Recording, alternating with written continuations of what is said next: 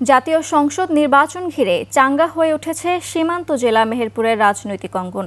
জনগণের আস্থা অর্জন করতে নেতারা অংশ নিচ্ছেন সামাজিক কর্মকাণ্ডে, দিচ্ছেন নানা প্রতিশ্রুতিও। এদিকে জেলার দুটি আসনের ভোটারদের মাঝেও চলছে নানা জল্পনা কল্পনা। মেহেরপুর প্রতিনিধি ফারুক হোসেনের তথ্যছবিতে ডেস্ক রিপোর্ট। সিল্কোর সিল্ক অ্যান্ড শাইন, যাতে আছে আর্গান অয়েল ও ওট প্রোটিনের গুডনেস, যা আপনার চুলকে রাখে হেলদি অ্যান্ড শাইনিং।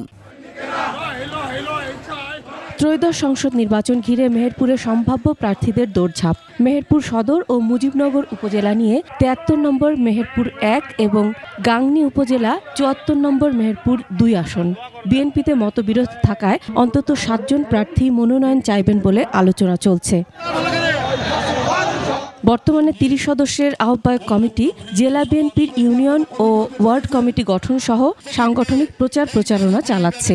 এদিকে আহ্বায়ক কমিটি প্রচারণায় সহযোগিতা না করার জন্য দুষছেন সাবেক ২ এমপিকে। আর সাবেক এই ২ এমপি বলছেন তারা দুঃসময়ে দলের কাণ্ডারি ছিলেন, এখন তাদের অবজ্ঞা করা হচ্ছে। শুধু মনে প্রাণে না, কাজ দিয়ে আমি প্রমাণ করতে চাই, যা করেছি তাতে আমাকে দল মনোনয়ন দেবে। গ্রাম কমিটির সভাপতি সেক্রেটারি সহ ইউনিয়ন কমিটির সভাপতি সেক্রেটারি এইরকম লোককে কমিটি থেকে বাদ দেওয়া হয়েছে এবং নতুন করে কিছু লোককে সংযোজন করা হয়েছে। আর জেলা বিএনপির শীর্ষ নেতারা বলছেন বর্তমানে বিএনপিতে বিভাজন নেই, আছে নেতৃত্বের প্রতিযোগিতা। দুটি আসনেই জয়ের ব্যাপারে আশাবাদী তারা। দল জনপ্রিয়তার বিচারে জনগণের প্রত্যাশার ভিত্তিতে মনোনয়ন দেবে, ইনশাল্লাহ সে বিজয়ী হবে। এটা স্বাভাবিক ঘটনা। দীর্ঘ লড়াই সংগ্রামের মধ্যে দিয়ে বিএনপির যে শক্ত ভিত সারা বাংলাদেশে তথা মেহেরপুরে, সুতরাং দুটো সিট তো ইনশাল্লাহ আমরা আশা করি। শহীদ প্রেসিডেন্ট জিয়া রহমানের যে দল, আমাদের প্রিয় নেতা তারেক রহমানের যে দল, এই দলের কোনো ক্ষতি হবে বলে আমি মনে করি না। তবে একক প্রার্থী নিয়ে দলে কোনো বিভাজন না থাকায় আসন দুটিতে আগেই প্রার্থী চূড়ান্ত করেছে জামায়াতে ইসলামী। গণসংযোগে ব্যস্ত সময় পার করছেন তারা।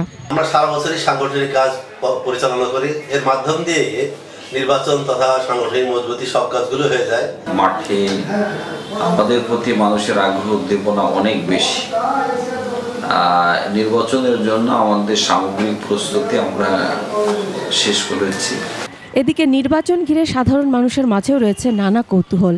নিজেদের পছন্দের প্রার্থীকে ভোট দিয়ে বিজয়ী করতে অবাধ, সুষ্ঠু ও গ্রহণযোগ্য নির্বাচন প্রত্যাশা করছেন তারা।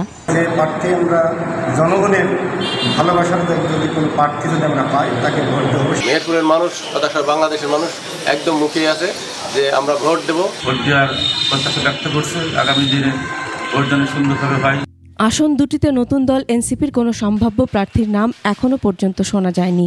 মাঠে নেই অন্যান্য দলগুলো। Masum আলিসা, desk report, ২১ television.